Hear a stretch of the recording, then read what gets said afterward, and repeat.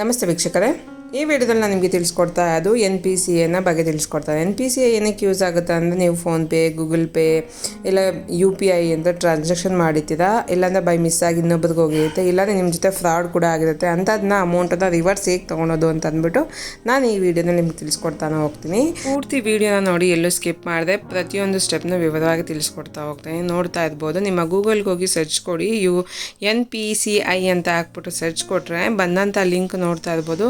ಈ ಲಿಂಕ್ ಮೇಲೆ ಕ್ಲಿಕ್ನ ಮಾಡಬೇಕಾಗತ್ತೆ. ಆ ಲಿಂಕ್ ಮೇಲೆ ಕ್ಲಿಕ್ ಮಾಡಿದ ತಕ್ಷಣ ವೆಬ್ಸೈಟ್ ಓಪನ್ ಆಗುತ್ತೆ. ಈ ಥರ ಇಲ್ಲಿ ವೆಬ್ಸೈಟಲ್ಲಿ ಕೆಳಗಡೆ ಬಂದರೆ ಪ್ರಾಡಕ್ಟ್ ಅಂತ ಇದೆ, ಪ್ರಾಡಕ್ಟ್ ಪಕ್ಕದಲ್ಲಿ ಕನ್ಸ್ಯೂಮರ್ ಅಂತ ಇದಿಲ್ಲ, ಅದ್ರ ಮೇಲೆ ಕ್ಲಿಕ್ನ ಮಾಡಬೇಕಾಗತ್ತೆ.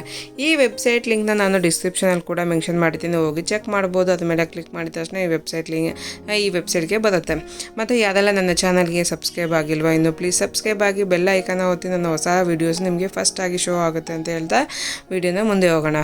ನೋಡ್ತಾ ಇರ್ಬೋದು, UPI ಕಂಪ್ಲೇಂಟ್ ಅಂತ ಅಂದ್ಬಿಟ್ಟು ಇಲ್ಲಿ ತೋರಿಸ್ತಾ ಇದೆ. ಅದ್ರ ಮೇಲೆ ಕ್ಲಿಕ್ನ ಮಾಡಬೇಕಾಗುತ್ತೆ. ಕ್ಲಿಕ್ ಮಾಡಿದ ತಕ್ಷಣ ನೆಕ್ಸ್ಟ್ ಇಲ್ಲಿ ಓಪನ್ ಆಗುತ್ತೆ. UPI ಬಗ್ಗೆ ಪ್ರತಿಯೊಂದು ಡೀಟೇಲ್ ಕೂಡ ಇಲ್ಲಿ ಶೋ ಆಗ್ತಾ ಇರುತ್ತೆ. ಪ್ರತಿಯೊಂದು ಕೂಡ ನೋಡ್ತಾ ಇರ್ಬೋದು. UPI ಅಂದರೆ ಏನು, ಯಾವ ಥರ ಏನು ಅಂತ ಅಂದ್ಬಿಟ್ಟು ಇದೆಲ್ಲ ನೋಡ್ತಾ ಹೋಗ್ಬೋದು. ಇಲ್ಲಿ ಕೆಳಗಡೆ ಬಂದರೆ ಇಲ್ಲಿ ಕಂಪ್ಲೇಂಟ್ ಅಂತ ಅಂದ್ಬಿಟ್ಟು ಇದೆ, ನೋಡ್ತಾ ಇದ್ದಲ್ಲ, ಕಂಪ್ಲೇಂಟ್ ಕೆಳಗಡೆ ಟ್ರಾನ್ಸಾಕ್ಷನ್ ಅಂತ ಇದೆ. ಟ್ರಾನ್ಸಾಕ್ಷನ್ ಮೇಲೆ ಕ್ಲಿಕ್ನ ಮಾಡಬೇಕಾಗುತ್ತೆ. ಟ್ರಾನ್ಸಾಕ್ಷನ್ ಇದೆ, ನಾನ್ ಟ್ರಾನ್ಸಾಕ್ಷನ್ ಅಂತ ಇದೆ. ಟ್ರಾನ್ಸಾಕ್ಷನ್ ಮೇಲೆ ಕ್ಲಿಕ್ನ ಮಾಡ್ತಾ ಏನಿಲ್ಲ, ಅದ್ರ ಮೇಲೆ ಕ್ಲಿಕ್ ಮಾಡಿಕೊಂಡು ಇಲ್ಲಿ ನೇಚರ್ ಆಫ್ ಟ್ರಾನ್ಸಾಕ್ಷನ್ ಅಂತ ಕೇಳ್ತಾ ಇದೆ. ಇದು ವೆರಿ ಇಂಪಾರ್ಟೆಂಟ್ ಆಗುತ್ತೆ. ಯಾವ ಥರ ನೀವು ಟ್ರಾನ್ಸಾಕ್ಷನ್ ಮಾಡಿದ್ದು ಅಂತ, ಪರ್ಸನ್ ಟು ಪರ್ಸನ್ ಅಂತ ಕೇಳ್ತಾ ಇದೆ, ಪರ್ಸನ್ ಟು ಮರ್ಚೆಂಟ್ ಅಂತ ಕೇಳ್ತಾ ಇದೆ. ಇಲ್ಲಿ ನಾನು ಪರ್ಸನ್ ಟು ಪರ್ಸನ್ ಅಂದ್ಬಿಟ್ಟು ಸೆಲೆಕ್ಟ್ನ ಮಾಡ್ಕೊತಾ ಇದ್ದೀನಿ. ಇದು ತುಂಬಾ ಇಂಪಾರ್ಟೆಂಟ್ ಆಗುತ್ತೆ. ಯಾವ ಥರ ಟ್ರಾನ್ಸಾಕ್ಷನ್ ಮಾಡಿದೆ ಅಂದ್ಬಿಟ್ಟು ಅದನ್ನು ಹಾಕೋಬೇಕಾಗುತ್ತೆ. ಪರ್ಸನ್ ಟು ಪರ್ಸನ್ ಅಂತ ಸೆಲೆಕ್ಟ್ ಮಾಡ್ಕೊತಾ ಇದ್ದೀನಿ. ಅದಾದಮೇಲೆ ಇಶ್ಯೂಸ್ ಕೂಡ ವೆರಿ ಇಂಪಾರ್ಟೆಂಟ್ ಆಗುತ್ತೆ. ಯಾವ ಥರ ನೀವು ಟ್ರಾನ್ಸಾಕ್ಷನ್ ಮಾಡಿದ್ದೀರಾ ಅಂತ ಅಂದ್ಬಿಟ್ಟು, ಏನಾಗಿದೆ ಅಂತ ಅಂದ್ಬಿಟ್ಟು ಅದರಲ್ಲಿ ಲಿಸ್ಟ್ ಇರುತ್ತೆ, ಆ ಲಿಸ್ಟಲ್ಲಿ ಒಂದನ್ನು ಸೆಲೆಕ್ಟ್ನ ಮಾಡ್ಕೋಬೇಕಾಗಿರುತ್ತೆ. ಇಲ್ಲಿ ನಾನು ಬಂದು ಸೆಲೆಕ್ಟ್ ಮಾಡ್ಕೊತ incorrectly transfer to another account ಅಂತ ಅಂದ್ಬಿಟ್ಟು, ಏನಾಗಿದೆ ಅಂತಂದರೆ ನಾನು ಮಾಡಿದ ಅಕೌಂಟಲ್ಲಿ UPI ನೇಮ್ ಸೇಮ್ ಇದೆ, ನಂಬರ್ ಮಾತ್ರ ಅಲ್ಲಿ ಲಾಸ್ಟ್ ಒಂದು 2-3 ನಂಬರ್ಸ್ ಏನಿರುತ್ತೋ ಆ ನಂಬರಲ್ಲಿ ಒಂದು ನಂಬರ್ ಬೇರೆ ಆಗಿರೋದಕ್ಕೋಸ್ಕರ ಅದು ಬೇರೆ ಅಕೌಂಟ್ UPI ನಂಬರ್ ಬೇರೆ ಅಕೌಂಟ್ಗೆ ಹೋಗ್ಬಿಟ್ಟಿದೆ ಅಮೌಂಟು. ಅದರಿಂದ ನಾನಿಲ್ಲಿ ಕಂಪ್ಲೇಂಟ್ನ ಹಾಕ್ತಾಯಿದ್ದೀನಿ, ನೋಡ್ತಾ ಇರ್ಬೋದು.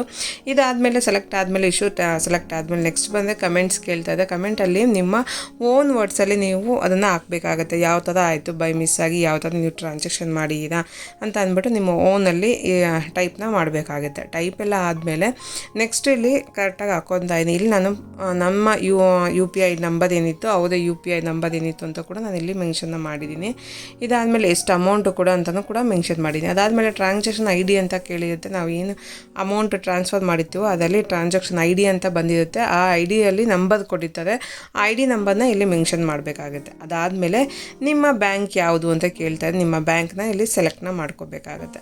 ಬ್ಯಾಂಕ್ ಸೆಲೆಕ್ಟ್ ಆದಮೇಲೆ ಅಮೌಂಟ್ ಎಷ್ಟು ಅಂತ ಕೇಳ್ತಾ ಇದೆ. ಅಮೌಂಟ್ ಕೂಡ ನೀವು ಎಷ್ಟು ಟ್ರಾನ್ಸ್ಫರ್ ಮಾಡಿದ್ರೆ ಅವರಿಗೆ ಅಂತ ಅಂದ್ಬಿಟ್ಟು ಕೂಡ ಇಲ್ಲಿ ಹಾಕೋಬೇಕಾಗುತ್ತೆ. ಟ್ರಾನ್ಸ್ಫರ್ ಎಷ್ಟಾಗಿದೆ, ನೀವು ಎಷ್ಟು ಮಾಡಿದ್ದೀರಾ ಅಂತ ಅಂದ್ಬಿಟ್ಟು. ನೆಕ್ಸ್ಟ್ ಕೆಳಗಡೆ ಬಂದರೆ ಡೇಟ್ ಆಫ್ ಟ್ರಾನ್ಸಾಕ್ಷನ್ ಅಂತ ಇದೆಯಲ್ಲ, ಆ ಡೇಟ್ನ ಸೆಲೆಕ್ಟ್ ಮಾಡ್ಕೋಬೇಕಾಗುತ್ತೆ. ಅಂದರೆ ಯಾವ ಡೇಟ್ ನೀವು ಟ್ರಾನ್ಸಾಕ್ಷನ್ ಮಾಡಿದ್ದೀರಂತ ಅಲ್ಲ, ಆ ಡೇಟ್ನ ಇಲ್ಲಿ ಸೆಲೆಕ್ಟ್ ಮಾಡಿಕೊಂಡು ಹಾಕೋಬೇಕಾಗುತ್ತೆ. ಅದಾದಮೇಲೆ ನೆಕ್ಸ್ಟ್ ಬಂದರೆ ಇಲ್ಲಿ ನಿಮ್ಮ ಇಮೇಲ್ ID ಕೇಳ್ತಾ ಇದೆ. ನಿಮ್ಮ ಇಮೇಲ್ ID ಯಾವುದು ನೀವು ಯೂಸ್ ಮಾಡ್ತಾ ಇರ್ತೀರೋ ರೆಗ್ಯುಲರಾಗಿ, ಆ ಇಮೇಲ್ ID ಹಾಕ್ಕೊಳ್ಳಿ. ಯಾಕೆಂದರೆ ರಾಂಗ್ ಆಯಿತು ಅಂದರೆ ಮೆಸೇಜ್ ಎಲ್ಲ ಬರ್ತಾ ಇರುತ್ತೆ, ನೋಡಿಕೊಂಡು ಹಾಕ್ಕೊಳ್ಳಿ. ರಾಂಗ್ ಆಗದಿದ್ದಂಗೆ ಹಾಕ್ಕೊಳ್ಳಿ. ಇದನ್ನು ಇಮೇಲ್ ID ಹಾಕ್ಕೊಂಡಾದ್ಮೇಲೆ ನೆಕ್ಸ್ಟು ಇಲ್ಲಿ ಸಬ್ಮಿಟ್ನ ಮಾಡಬೇಕಾಗಿರುತ್ತೆ. ಸಬ್ಮಿಟ್ ಮಾಡೋಕ್ಕಿಂತ ಮುಂಚೆ ಇಲ್ಲಿ ಕೆಳಗಡೆ ಒಂದು ನೋಟ್ನ ಕೊಡಲಾಗಿದೆ. ನೋಟಲ್ಲಿ ಏನಿದೆಪ್ಪ ಅಂತಂದರೆ, ನೀವು ಕೊಟ್ಟಿರೋಂಥ ಕಾಂಟ್ಯಾಕ್ಟ್ ಡೀಟೇಲ್ ಆಗಿರ್ಬೋದು, ಎಂಟ್ರಿ ಮಾಡಿರೋಂಥ ಡೀಟೇಲ್ ಆಗಿರ್ಬೋದು, ಪ್ರತಿಯೊಂದು ಕರೆಕ್ಟಾಗಿ ಇದೆಯೋ ಅಲ್ವ ಅಂತ ಚೆಕ್ ಮಾಡ್ಕೊಳ್ಳಿ ಅಂದ್ಬಿಟ್ಟು ತೋರಿಸ್ತಾ ಇದೆ. ಕರೆಕ್ಟಾಗಿದೆ ಅಂತ ಆದಮೇಲೆ ಸಬ್ಮಿಟ್ ಮಾಡಿ ಅಂತ ಅಂದ್ಬಿಟ್ಟು ಇದೆಲ್ಲ ವೆರಿಫೈ ಮಾಡಿದ್ರೆ ಕರೆಕ್ಟಾಗಿದೆ. ನಾನು ಸಬ್ಮಿಟ್ ಮಾಡಿದ್ದೀನಿ. ಸಬ್ಮಿಟ್ ಮಾಡಿದ ತಕ್ಷಣ ನೋಡ್ತಾ ಇರ್ಬೋದು, ರಿಕ್ವೆಸ್ಟ್ ಸಬ್ಮಿಟೆಡ್ ಸಕ್ಸಸ್ಫುಲಿ ಅಂತ ಕೂಡ ನನಗೆ ಇಲ್ಲಿ